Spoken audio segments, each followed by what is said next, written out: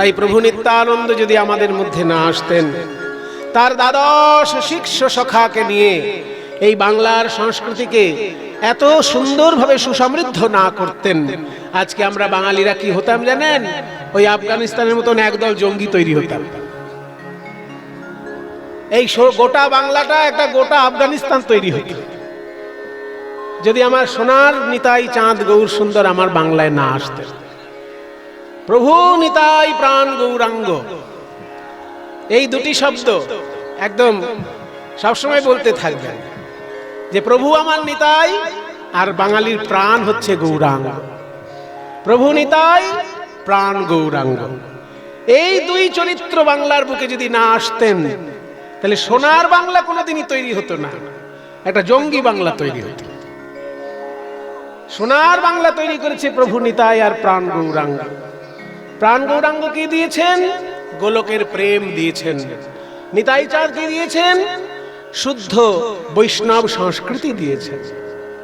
এই যে বিভিন্ন জায়গায় কীর্তন গানের প্রচলন, বৈষ্ণব পদাবলী সাহিত্যের বিকাশ, কীর্তন গানের রাগ তাল নৃত্য গীত অভিনয়, এই এত বিষয় প্রভু নিত্যানন্দের সরাসরি উৎসাহ কাজ করেছে। আপনারা নিত্যানন্দ চরিত্র যদি ভালো করে চর্চা করেন, দেখবেন যখন প্রভু নিতাই চাঁদ দক্ষিণেশ্বরের কাছে গেছিলেন, দক্ষিণেশ্বর তো জানেন সবাই, রামকৃষ্ণ দেবের জন্য দক্ষিণেশ্বর বিখ্যাত। ওই দক্ষিণেশ্বর এমন একটা মিডল পয়েন্ট, ওই দক্ষিণেশ্বর থেকে দক্ষিণেশ্বরের মন্দিরে আপনি যদি পূর্ব দিকে মুখ করে দাঁড়ান, চারদিকে চারটে জিনিস, পূর্ব দিকে সূর্য, পশ্চিম দিকে গঙ্গা, আর দক্ষিণ দিকে বরানগর, উত্তর দিকে আড়িয়াদহ। দক্ষিণ দিকে বরানগর, যেখানে মহাপ্রভু স্বয়ং রঘুনাথ উপাধ্যায়ের কাছে, হ্যাঁ, পাঠবাড়ি আশ্রম। পাঠবাড়ি নাম কেন? যতগুলো শ্রীপাঠ আছে মহাপ্রভুর পার্ষদগণের, যেগুলো ভজন ভূমি, তাকে বলে শ্রীপাঠ, পয়াকার ট। আর বরাহনগরটা শ্রীপাঠও বটে, আবার পাঠ বাড়িও বটে, পয়াকার ঠ। ওটা শুধু ট নয়, ওটা টও বটে ঠও বটে। পাঠ বাড়ি কেন না? ওখানে পড়াশোনা হয়েছে। কে পড়াশোনা করতেন? রঘুনাথ উপাধ্যায়। কি পড়তেন? শ্রীমদ্ ভাগবত। এত সুন্দর শ্রীমদ্ ভাগবত পড়েছেন মহাপ্রভুকে দেখে। মহাপ্রভু তো পানিহাটি থেকে গঙ্গা করে ওইখানে এসেছিলেন, গঙ্গায় নৌকায় করে এসেছিলেন। তো মহাপ্রভুর আপ্যায়নের জন্য রঘুনাথ উপাধ্যায় ব্যস্ত হয়ে পড়লেন। তখন মহাপ্রভু বললেন, তোমাকে আপ্যায়ন করতে হবে না, ওই যে ভাগবত পাঠ করছো ওটাই আমার প্রধান আপ্যায়ন, ওইটাই তুমি পড়ো। তা রঘুনাথ উপাধ্যায় যখন ভাগবত এত সুন্দরভাবে পড়তে লাগলেন, চৈতন্যদেব কি বলেছিলেন জানেন? গর্ব হয় শুনলে, ওই রকম জায়গায় যে আমার জন্ম হয়েছে। মহাপ্রভুর ওই উক্তি শুনে গর্ব হয়। প্রভু কহে, এই মতো ভাগবত পড়িতে আর কভু নাহি শুনিয়াছি কাহার মুখে। কে বলছে? স্বয়ং চৈতন্যদেব বলছেন, যিনি নিজে ভাগবতের প্রাণ পুরুষ এবং যিনি সারা ভারতে বিভিন্ন পণ্ডিতের কাছে ভাগবত শুনেছেন, তিনি এই কথা বলছেন যে প্রভু কহে, এই মতো ভাগবত পড়িতে কভু নাহি শুনিয়াছি কাহার মুখে। অতএব নাম তোমার ভাগবতাচার্য, ইহা বই তুমি আর না করিহ কার্য। প্রভুর মুখে পদবী যজ্ঞ শুনি সবে করিলেন মহা হরি হরি ধ্বনি। হেনসে করেন প্রভু প্রেমের প্রকাশ, আছাড় দেখিয়া সর্বলোকে পায় ত্রাস। ভক্তির মহিমা শ্লোক শুনিতে শুনিতে বারে বারে আছাড় পাড়েন পৃথিবীতে। আমি যে লাইনগুলো বলছি সব চৈতন্য চরিতামৃত, চৈতন্য ভাগবত থেকে বলছে। রঘুনাথ উপাধ্যায়ের মুখে ভাগবত শুনতে শুনতে মহাপ্রভু আছাড় মানে লাফ দিয়ে পড়ছেন মাটিতে, স্থির স্থির হয়ে বসে থাকতে পারছেন না, এতটাই ভাবে ব্যাকুল হয়ে উঠছেন মহাপ্রভু। আছাড় খাচ্ছেন মাটি, এবং এমন আছাড় খাচ্ছেন হেনসে করেন প্রভু প্রেমের প্রকাশ, আছাড় দেখিয়া সর্বলোকে পায় ত্রাস। যে মহাপ্রভুর কিছু হবে না তো? এই যে এইভাবে লাফ দিয়ে পড়ছেন মহাপ্রভু। সর্বলোকে পায় ত্রাস। এই মতো রাত্রি 3 প্রহর অবধি, রাত্রি 3 প্রহর অবধি, 1 প্রহর মানে 3 ঘন্টা, ওই জন্য 24 ঘন্টাকে বলে অষ্টপ্রহর। তাহলে 1 প্রহর মানে 3 ঘন্টা, আর 3 প্রহর অবধি মানে 3 তিরিকে 9, 3 তিরিকে 9 ঘন্টা যাবৎ মহাপ্রভু এখানে ভাগবত শ্রবণ করেছে। এমন একটা মহাতীর্থ দক্ষিণেশ্বরের দক্ষিণ দিকটা, দক্ষিণেশ্বরের দক্ষিণ দিকে এই সেই তীর্থ যেখানে মহাপ্রভু 9 ঘন্টা ভাগবত শ্রবণ করেছে। এই মতো রাত্রি 3 প্রহর অবধি ভাগবত শুনিয়া নাচেন গুণনিধি। আর ওই দক্ষিণেশ্বরের দক্ষিণ দিকে যেমন ভাগবত শ্রবণের তীর্থ বরাহনগর, তেমনি দক্ষিণেশ্বর থেকে আবার উত্তর দিকটা হচ্ছে আড়িয়াদহ।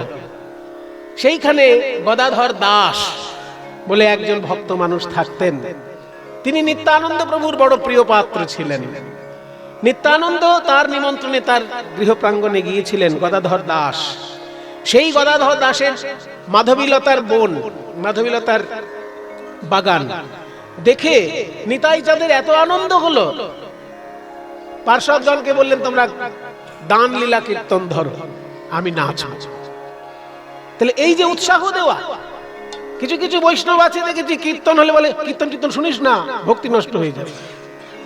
আমার তো বড় অবাক লাগে, এরা বৈষ্ণব না অন্য কিছু? হ্যাঁ, বলে পদাবলী কীর্তন শুনবি না, ভক্তি নষ্ট হয়ে যাবে। এইরকম মানে কি বলবো, আমার তো মুখ দিয়ে খারাপ কথা চট করে আমি বার করতে চাই না, কারণ অনেক খারাপ কথা শুনে বড় হয়েছে, ওই জন্য ভেতরে অনেক খারাপ কথা জমে আছে, কিন্তু বলতে পারি না, কারণ শিক্ষা লাভ করেছি তো। যে মুখে আমি মন্ত্র উচ্চারণ করছি, যে মুখে আমি শাস্ত্রের শ্লোক বলছি, সেই মুখে খারাপ কথা বলবো, বলতে ভালো লাগে না। কিন্তু এমন কিছু বৈষ্ণবকে আমি দেখেছি যারা বলছে কি যে লীলা কীর্তন শুনিস না, ভক্তি খারাপ হয়ে যাবে। আর নিতাই চাঁদ স্বয়ং লীলা কীর্তনকে উৎসাহ দিচ্ছেন। তারা কি বইপত্র পড়ে না? যেসব বৈষ্ণব এই কথা বলে বেড়ায়, তারা কি কোনোদিন বইপত্র পড়েনি?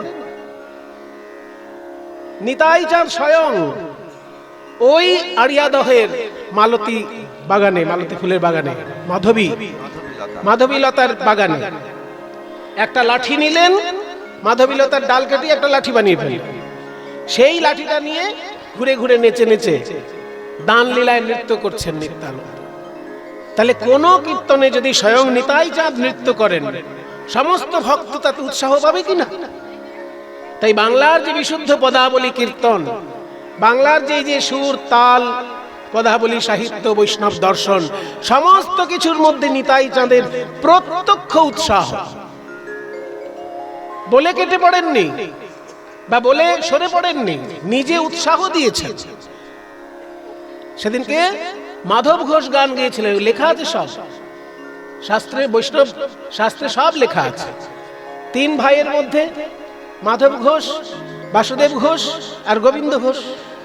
মাধব, গোবিন্দ, বাসু এই 3 ভাই, এই 3 ভাই যাহার কীর্তনে নাচেন চৈতন্য গোসাই, যাহার কীর্তনে নাচেন চৈতন্য গোসাই। তাহলে গোবিন্দ, মাধব, বাসু এই 3 ভাই। গোবিন্দ ঘোষ অগ্রদ্বীপে যিনি পরবর্তীকালে ছিলেন, আপনারা অগ্রদ্বীপ যাবেন, দর্শন করবেন তার সেবিত গোপীনাথ বিগ্রহ। তাহলে গোবিন্দ ঘোষ অগ্রদ্বীপে, আর মাধব ঘোষ আর বাসুদেব ঘোষ এই 3 ভাইয়ের কীর্তনে মহাপ্রভু নৃত্য করতেন। সেই জন্য মাধব ঘোষকে বললেন তুমি কীর্তন ধরো, নিমাই তোমার গানে নেচেছে, আজকে আমিও নাচবো তোমার গান। যাবেন এই জায়গাগুলো দেখবেন, শুধু দক্ষিণেশ্বরে গিয়ে প্রণাম সেরে দিয়ে চলে আসবেন না। বহু লোকেই যায় দক্ষিণেশ্বরে প্রণাম করে, ভালো কথা, কিন্তু তার পাশে যে এত বড় বড় তীর্থ আছে লক্ষ লক্ষ লোকে জানেই না। এটা বাঙালি জাতির দুর্ভাগ্য। তারা এত বড় তীর্থের কাছে চলে যায়, তার পাশে এক মহাতীর্থ থাকে জানে না। যেমন এইখানেই তারাপীঠে লক্ষ লক্ষ মানুষ আসে, মায়ের চরণে প্রণাম জানাচ্ছে, পূজা জানাচ্ছে, খুব ভালো কথা, কিন্তু মাত্র 10-12 কিলোমিটারের মধ্যে এই নিতাই চাঁদের জন্মস্থান। কটা মানুষ আসে বলুন? জানেই না। এই না জানাটাই বাঙালি জাতির চরম দুর্ভাগ্য, যে আমরা আমাদের ইতিহাস জানি না, আমরা আমাদের সংস্কৃতি বুঝি না, আমরা আমাদের সাহিত্য কোনোদিন পড়ে দেখিনি। যেগুলো আমাদের সম্পদ, এই সংস্কৃতি, এই সাহিত্য, এই ইতিহাস, এগুলোই তো আমাদের সম্পদ। আমাদের বাংলায় কোথাও সোনার খনি নেই, কোথাও রূপোর খনি নেই, আছে কিছু কয়লার খনি। যদি নামেন তো সারা গা ভূত করে চলে আসতে হবে। কয়লার খনিতে যদি নামেন দেখবেন সারা, একবার নেমেছিলাম আমরা, সারা গা কালো হয়ে যাবে।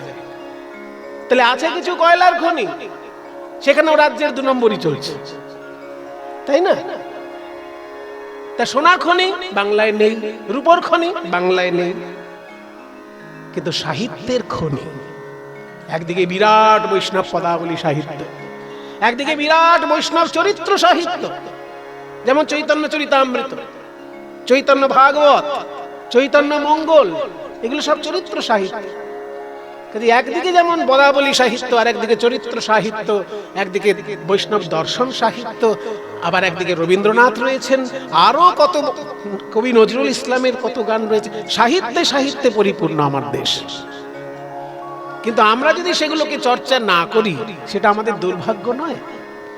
দক্ষিণেশ্বরে মানুষ যায়, বরাহনগরে মহাপ্রভুর ভাগবত পাঠের জায়গাটিতে প্রণাম করে না, জানে না বলেই করে না। জানানো কর্তব্য আপনাদের। আপনারা যে যেখান থেকে কানে শুনবেন, পাশের মানুষটিকে বলে দেবেন, নিজেও যাবেন আর সঙ্গে করে নিয়ে যাবেন। দক্ষিণেশ্বরে দাঁড়ালে পূর্ব দিকে সূর্য, পশ্চিম দিকে গঙ্গা, আর উত্তর দিকে আড়িয়াদহ, দক্ষিণ দিকে বরাহনগর। সেই আড়িয়াদহে স্বয়ং নিতাই চাঁদ দানলীলা নৃত্য করেছেন এবং উৎসাহ দিয়েছেন সরাসরি পদাবলী সাহিত্যে। সেই জন্য তো বাংলার বৈষ্ণব পদাবলী এত সমৃদ্ধ একটি সাহিত্য। চৈতন্যদেবের আগে মাত্র 2-3টে বই পাওয়া যায় পদাবলী সাহিত্য, আর চৈতন্যদেবের পরে ভুরি ভুরি। চৈতন্যদেবের আগে 3টি বই পাওয়া যায়। এক হচ্ছে চর্যাপদ, তো সেটা তো বৈষ্ণব পদাবলী নয়, সেটা হচ্ছে বৌদ্ধ সহজিয়া সাধকদের বাউল গান। চর্যাপদটা হচ্ছে বৌদ্ধ সহজিয়া সাধক যারা, তাদের বাউল গান বলতে পারে, কিন্তু সেটা বৈষ্ণব পদাবলীর মধ্যে পড়ল না। বৈষ্ণব পদাবলী 3 রকমেরই পাওয়া যায় মহাপ্রভুর আগে। সেটা হচ্ছে জয়দেবের গীত গোবিন্দম, বিদ্যাপতির পদাবলী, আর চণ্ডীদাস ঠাকুরের পদাবলী। এগুলো সব চৈতন্য পূর্ববর্তী। কিন্তু যেই চৈতন্য এলেন এবং নিতাই চাঁদ এলেন, সরাসরি উৎসাহ দিলেন বৈষ্ণব পদাবলী সাহিত্যে। এক পরিবারের 3 জন গায়ক, মাধব, গোবিন্দ, বাসু, এই 3 ভাই, যাহার কীর্তনে নাচেন চৈতন্য গোসাই। 3 জনই গায়ক এবং লেখক, 3 জনেরই লেখা গান আছে। গোবিন্দ ঘোষেরও পদ আছে, মাধব ঘোষেরও পদ আছে, বাসুদেব ঘোষেরও পদ আছে। এক পরিবারে 3 ভাই কবি। এরকম আরো অনেক পরিবার আছে, যেমন শ্রীখণ্ডে ছিলেন গোবিন্দ দাস মহাশয়, তিনিও পদকর্তা। তার দাদা রামচন্দ্র কবিরাজ, তিনিও পদকর্তা। কাজেই এত পদ সাহিত্য বিকশিত হলো নিত্যানন্দের সাক্ষাৎ কৃপায়। ওই জন্য বৈষ্ণব পদাবলী, বৈষ্ণব ভাবনার একটা প্রধান অংশ, সেটা বিকশিত হলো প্রভু নিতাই চাঁদের জন্য। কেন বলছি এত কথা? যদি এগুলো না হতো তাহলে সোনার বাংলা হতো না, একটা জঙ্গি প্রধান আফগানিস্তান তৈরি হতো। মহাপ্রভু এবং নিতাই চাঁদের জন্যই আজকে আমরা এই হাজার হাজার বৈষ্ণব পদাবলী সাহিত্য পেয়েছি, এত সুন্দর কীর্তনের সুর তাল পেয়েছি, এত সুন্দর উচ্চ স্তরের বৈষ্ণব দর্শন পেয়েছি। যে বৈষ্ণব দর্শন উচ্চ কণ্ঠে ঘোষণা করেছে যে ভাই, ধর্ম, অর্থ, কাম, মোক্ষ, এই 4টেই কিন্তু শেষ কথা নয়, এর উপরেও রয়েছে 5ম পুরুষার্থ, তাকে বলে কৃষ্ণ প্রেম। এই কথা বাংলার বৈষ্ণব ধর্ম ছাড়া আর কে জানিয়েছে? অন্য দর্শন শুধু 4টি পরমার্থের কথা বলেছে, 4টি পুরুষার্থের কথা বলেছে, ধর্ম, অর্থ, কাম, মোক্ষ। মোক্ষ পেয়ে গেলে তার আর কিছু পাওয়ার থাকে না, অন্য দর্শনের সেই বক্তব্য। কিন্তু বাংলার বৈষ্ণব ধর্ম বলল না, মোক্ষ প্রাপ্তির পরেও যেটা পেতে হবে মানুষকে, যেটা পেলে নরজনম পরিপূর্ণভাবে ধন্য হবে, সেটা হলো কৃষ্ণ প্রেম। সেটা গোলকে থাকে, ভুলোকে পাওয়া যায় না, কিন্তু প্রেমের ঠাকুর নিতাই গৌর ভুলোকে সেই প্রেমের ভান্ডার এনে লুট করে দিলেন। প্রেমের লুট ঘটিয়ে দিলেন। যে পাচ্ছে লুটে নিচ্ছে গোলকের প্রেম। তাই প্রভু নিতাই চাঁদ গৌর হরি নিতাই সম্পর্কে কি সুন্দর বলেছেন, নিতাই গুণমণি আমার, নিতাই গুণমণি, নিতাই গুণ মনি আনিয়া প্রেমের বন্যা ভাষাইল অবনী। গয়ানাইল প্রেমের বন্যা ভাষাইল গুণমণি। অবনী, এই পৃথিবী ভাসিয়ে দিল প্রেমের বন্যা দিয়ে। সেই নিতাই গৌর আজকে খেলা করছেন সুরধনির তীরে। খেলা করতে করতে হঠাৎ গৌর সুন্দর বলছেন, দাদা হরি সংকীর্তনের খেলায় আজকে সকলে মত্ত হয়েছে, কিন্তু আমার তো দায়িত্ব বলেও একটা জিনিস আছে। আমার মা সকালবেলায় আমায় আদেশ দিয়েছেন কীর্তন গা। আমি সারাদিন কীর্তন গাইছি, আবার বিকেল বেলায় সূর্য ডুবে যাচ্ছে। এই সময় যদি মাকে গিয়ে একবার প্রণাম না করি, তাহলে মা সারাক্ষণ উদ্বেগে উদ্বেগে উদ্বেগে উদ্বেগে মা মূর্ছা যাবে যে আমার নিমাইয়ের কিছু হলো না তো, এখনো আসছে না কেন, এখনো আসছে না কেন। চলো দাদা মাকে একটা প্রণাম করে আসি। আবার সারা রাত্রি কীর্তন করুন। সারাদিন কীর্তন করেছি, সারা রাত্রি না হয় কীর্তন করুন, কিন্তু এই বিকেল বেলাটা যখন সূর্য ডুবে যাচ্ছে মাকে একটা প্রণাম করতে যাই। চল দিবায় অবসান হেরি গৃহেতে চলিলা দিবা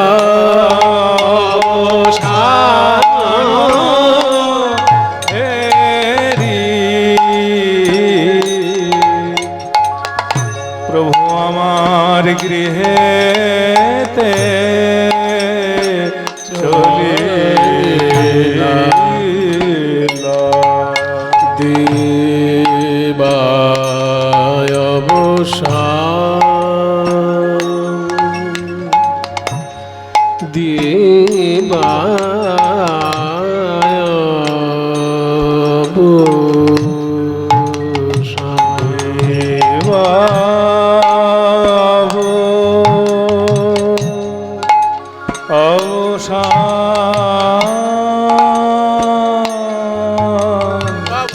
হে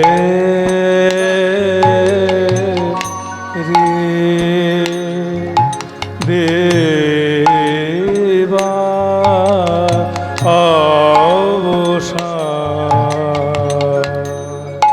দেবা অবসান হে রে গৃহেতে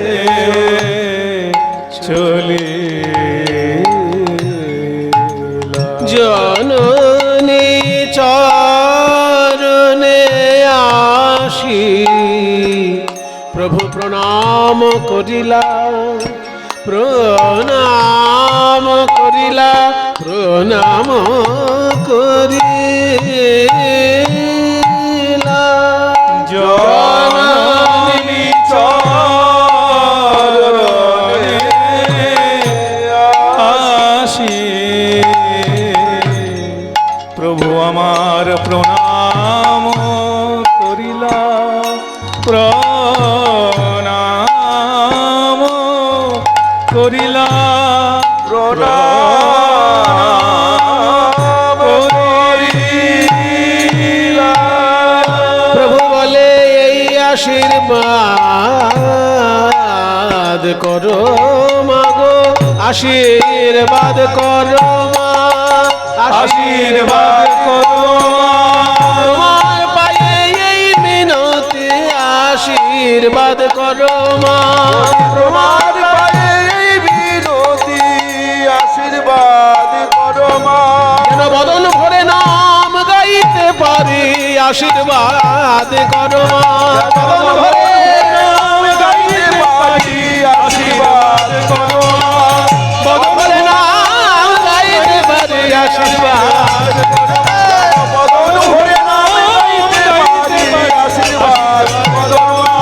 বদন ভরে নাম গাইতে পারি, কলিজীবের জ্বালা জুড়াতে পারি, বদন ভরে নাম গাইতে পারি, যেন জীবের জ্বালা জুড়াইতে পারি, ভরে নাম গাইতে পারি, জীবের জ্বালা জুড়াইতে পারি, গাইতে পারি, জীবের জ্বালা জুড়াইতে পারি, গাইতে পারি, জীবের জ্বালা জুড়াইতে পারি, গাইতে পারি, জ্বালা জুড়াতে পারি। আশীর্বাদ করো জননী চরণে আসি, প্রভু আমার প্রণাম করিলা, প্রণাম করিলা, প্রণাম করিলা।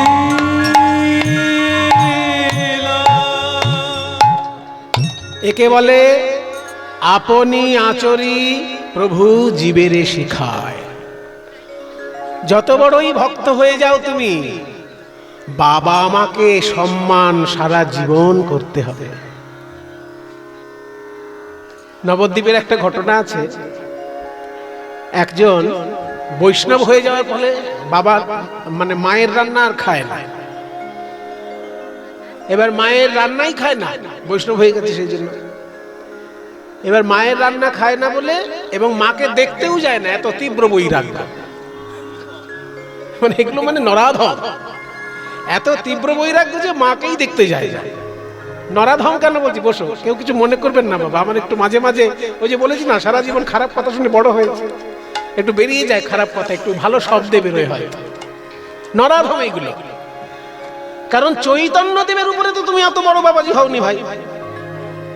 চৈতন্যদেব কি বলেছেন যে গৌড় দেশে আছে মোর দুই মহা, গৌড় দেশে আছে মোর দুই সমাশ্রয়। এটা আমার জীবশরণ কাকাজির কাছে শেখা এই কথাটি, এই যে যেটা আপনাদেরকে বলছি ওনার মুখে শুনেছি, পরে বইতে মিলিয়ে নিয়েছি যে বইতে আছে কথাটি, যে চৈতন্যদেব বাংলায় এসেছিলেন দুবার সন্ন্যাস নেবার পর। কেন কেন সেটা গৌরাঙ্গ নিজে মুখে বলছেন যে গৌড় দেশে আছে মোর দুই সমাশ্রয়, জননী জাহ্নবী, এই দুই দয়াময়। যে আমি যতই সন্ন্যাসী হয়ে বাংলা ছেড়ে সারা ভারতে পদব্রজে ঘুরি না কেন, আমার মনটা পড়ে থাকে বাংলায়। দুজনকে প্রণামের জন্য আমাকে বাংলায় বারবার যেতে হবে। দুজনকে আমি প্রণাম করতে যাই বাংলায়। তারা আমার সমাশ্রয়, মানে আমার আশ্রয়দাতা। তারা, মহাপ্রভু বলছেন, তারা কারা? জননী এবং জাহ্নবী, অর্থাৎ গঙ্গা। গঙ্গা এবং আমার মা শচী দেবী, এই দুজন হচ্ছে আমার আশ্রয় স্বরূপ। তাই তাদেরকে প্রণাম করতে যায়। তা মাকে দেখা করতে যায় না এক বাবাজি নবদ্বীপে, এত বড়ই বাবাজি, সে মাকে দেখতেই যায় না। মাকে দেখে মরে যাচ্ছে, ছেলেটাকে দেখতে পেলাম না, ছেলেটাকে মা মানে মায়া এতই অসুস্থ যে এসে যে ছেলেকে দেখবে সেটা সম্ভব না। তাই মাকে দেখে মরে যাচ্ছে। রামদাস বাবাজি একদিন বললেন যে তোমার তো মা খুব অসুস্থ, যাও দেখে এসো একবার। বলে ওরে বাপরে, তীব্র বৈরাগ্য আমার, মাকে দেখলে আবার মায়ায় জড়িয়ে যাব, ওই জন্য আমি মাকে দেখতে যাই না। বলছে বেটা। কিছুদিন পরে দেখছে সেই বাবাজি মাথায় ঝুড়িতে করে এই লাউ শাক সবজি এইসব বয়ে নিয়ে যাচ্ছে। তাহলে কি গো ভাই, তুমি লাভ শাক সবজি কোথায় বয়ে নিয়ে যাচ্ছে? বলে আমার এক ধর্মমা হয়েছে, তাকে দিতে যাচ্ছে। তখন বাবাজি মহারাজ বলেছেন, হায় রে কপাল, তোমার ধর্মমাকে দেখার জন্য তুমি লাউ শাক সবজি মাথায় নিয়ে যাচ্ছ, আর তোমার অধর্ম মা বাড়িতে পড়ে আছে, তাকে একবার দেখতে যেতে পারো না? তাহলে উনি তোমার অধর্ম মা, ধর্ম মায়ের প্রতি তোমার এত দরদ যে তার জন্য শাকসবজি মাথায় নিয়ে যাচ্ছে। তাহলে যিনি তোমার জন্ম দেয়নি তিনি তাহলে অধর্ম মা হলেন। এইরকম হচ্ছে মানে কি বলবো, কপট বৈষ্ণবদের আচরণ। খুব সাবধান। বৈষ্ণব ধর্মটা খুবই মূল্যবান, খুবই মহিমময়, কিন্তু কপটতার কোনো স্থান নেই, এইটুকু জেনে রাখবেন। কপটতার কোনো স্থান নেই মহাপ্রভুর চরণে কিংবা গোবিন্দ চরণে। চৈতন্যদেবকে দেখুন, সারাদিন কীর্তন গান করেছেন, বিকেল বেলা যেই হয়েছে অমনি মায়ের মুখটা মনে পড়েছে। দাদা একটিবার শুধু মাকে প্রণাম করে আসে, একটিবার শুধু। মাকে প্রণাম করে আসি, তারপর আবার সারা রাত্রি কীর্তন করি। এবার মায়ের চরণে প্রণাম করে বলছে, আমায় আশীর্বাদ করো মা, এমন ভাবে নাম গাইবো যেন জীবের দুঃখ দারিদ্র জ্বালা যন্ত্রণা, আধ্যাত্মিক আধি দৈবিক আধি ভৌতিক একদম জ্বালা যন্ত্রণা সব যেন শেষ হয়ে যায়। সচি মা বললেন, বাবা আমার আশীর্বাদে যদি কোনো কাজ হয় নিশ্চয়ই করব, তুই প্রাণ ভরে হরি নাম কর, যাতে সকলের জ্বালা যন্ত্রণা দূর হয়ে যায়। কিন্তু এ কি, তোর সারা গায়ে ধুলো মাখা কেন? সকালবেলা আমি তোকে সাজিয়ে গুছিয়ে কীর্তনে পাঠালাম, আর এখন ধুলো মাখা। ধুলে ধূসরিত অঙ্গ গদ গদ ভার, ধুলে ধূসরিত অঙ্গ গদ গদ ভার, কে ধুলা দিয়েছে, কে ধুলা দিয়েছে, নিমাই রে তোর সোনার অঙ্গে কে ধুলা দিয়েছে, নিমাই রে তোর সোনার রঙে কে ধুলা দিয়েছে, ফিরেও কি দেখে নাই, ফিরেও কি দেখে নাই, দেখলে ধুলা দিতে না দিত, ধেয়ে এসে হিয়ায় ধরতো, এসে হিয়াই ভরতো, বলতো আমার হিয়ার মানিক হিয়ায় থাকো, ধেয়ে এসে হিয়ায় ধরতো। হিয়ার মানে হিয়াই থাকো, এই, তুই এদিকে আয়, এদিকে আয় তুই। হ্যাঁ, তোকে আমি পই পই করে বলে দিলাম যে আমার নিমাইকে আমি সাজিয়ে গুছিয়ে পাঠাচ্ছি সংকীর্তনে। দেখিস আমার নিমাই যখন ভাবে বিভোর হয়ে যায়, ওর দিকে বিদিক জ্ঞান শূন্য হয়ে যায়, ও যেন মাটিতে পড়ে না যায়। তুই তখন দেখিসনি? নরহরি তুই কোথায় ছিলি, নরহরি তুই কোথায় ছিলিস, তোর হাতে হাতে সঁপে দিলাম নরহরি কোথায় ছিলি, তোর হাতে হাতে সঁপে দিলাম নরহরি তুই কোথায় ছিলিস, বললাম দেখো রে বাপ নরহরি থেকো গৌরের কাছে রে, দেখো রে বাপ নরহরি, রেখো গৌরের মাঝে রে, থেকো রে বাপ নরহরি, দেখো রে বাপ নরহরি থেকো গৌরের কাছে রে, আমার সোনার পুতলি গোরা ধুলায় পড়ে পাছে রে, তার এই কি প্রতিফল, তার এই কি প্রতিফল, নরহরি বল বল, তার এই কি প্রতিফল। নরহরি বল বল, তার এই কি প্রতিফল।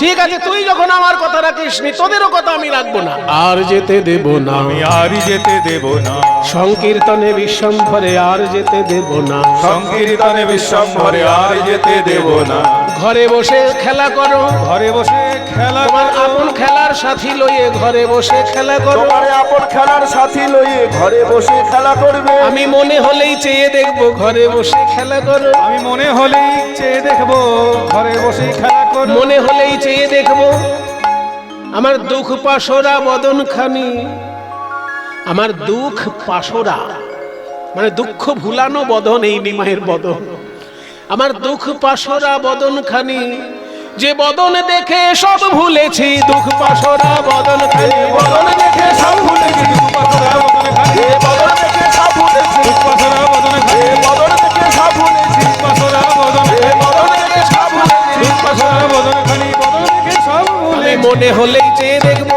আর যেতে দেব না, ধুলে ধূসরিত অঙ্গ গদ গদ ভাস, ধুলে ধূসরিত অঙ্গ বল বল হাস, নরহরি গদাধর সবাই সচি মায়ের চরণে পড়ে বলছে, মা তুমি এ কথা বলো না, নিমাই যদি ঘরে বসে থাকে আমরা কীর্তন বাইরে গাইতেই পারবো না, ও ধুলো আমরা মাখাইনি, ও নিজে মেখেছে, মা ওকে তুমি যা বলো আমাদের সঙ্গে যেন পাঠিও। এ রাধা মোহন পাদ কারণহি আসে, এ রাধা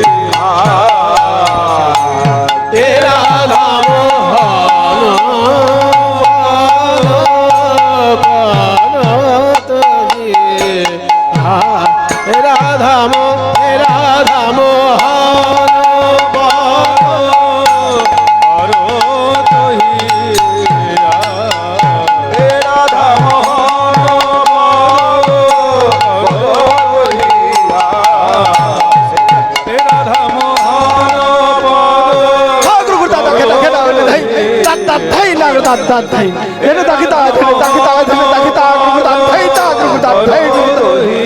তাকে দাও হে রাধা মোহন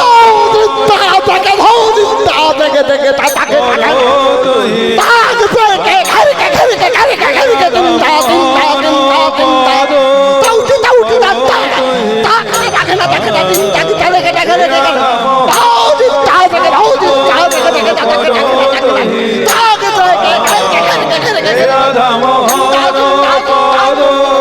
করো তুহি হে রাধা মোহন করো তুহি হে রাধা মোহন করো হে রাধা মোহন, হে রাধা মোহন, হে রাধা মোহন করো তুহি হে রাধা মোহন করো তুহি হে রাধা মোহন করো হে রাধা মোহন করো তুহি হে রাধা মোহন করো হে রাধা মোহন করো তুহি হে রাধা মোহন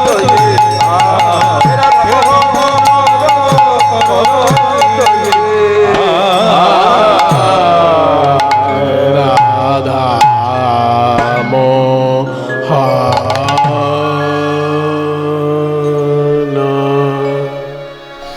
জয় নিতাই।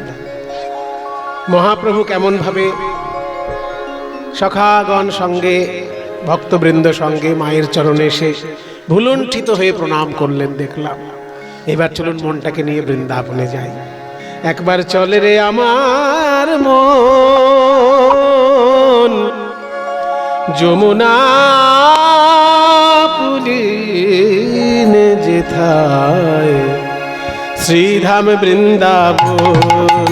একবার চলে আমার তাই গো, হরি বল, হরি বল। যমুনা পুলিনে যেথা শ্রীধাম বৃন্দাবন। একবার চলে আমার যমুনা পুলিনে যেথা শ্রীধাম বৃন্দাবন। একবার চলে যমুনা পুলিনে যেথা শ্রীধাম বৃন্দাবন। সেধা শ্যাম গিরিধারী শ্যাম নয়নাভিরাম গোপী প্রাণারাম। সেথায় শ্যাম গিরিধারী শ্যাম নয়ন অভিরাম গোপী প্রাণারাম। শ্যাম কুণ্ড রাধা কুণ্ড, সেথায় শ্যাম কুণ্ড রাধা কুণ্ড। শ্যাম কুণ্ড রাধা কুণ্ড। সেথায় শ্যাম কুণ্ড রাধা কুণ্ড। দেখবি রাধা মদন মোহন। রাধা মদন মোহন রাধা মদন মোহন রাধা মদন মোহন রাধা মদন গিরি গোবর্ধন দেখবি গিরি গোবর্ধন। দেখবে গিরি না বলিলে যেথায় শ্রীধাম বৃন্দাবন। একবার চলে আমার আমার মন রে যমুনা পুলিনে যেথা শ্রীধাম বৃন্দাবন। চলো মন বৃন্দাবন, চলো মন বৃন্দাবন। চলো মন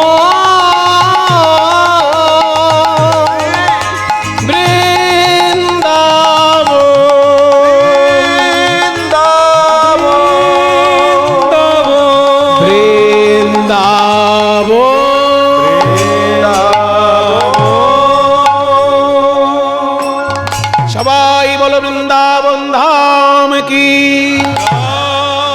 রাধা রানী কি,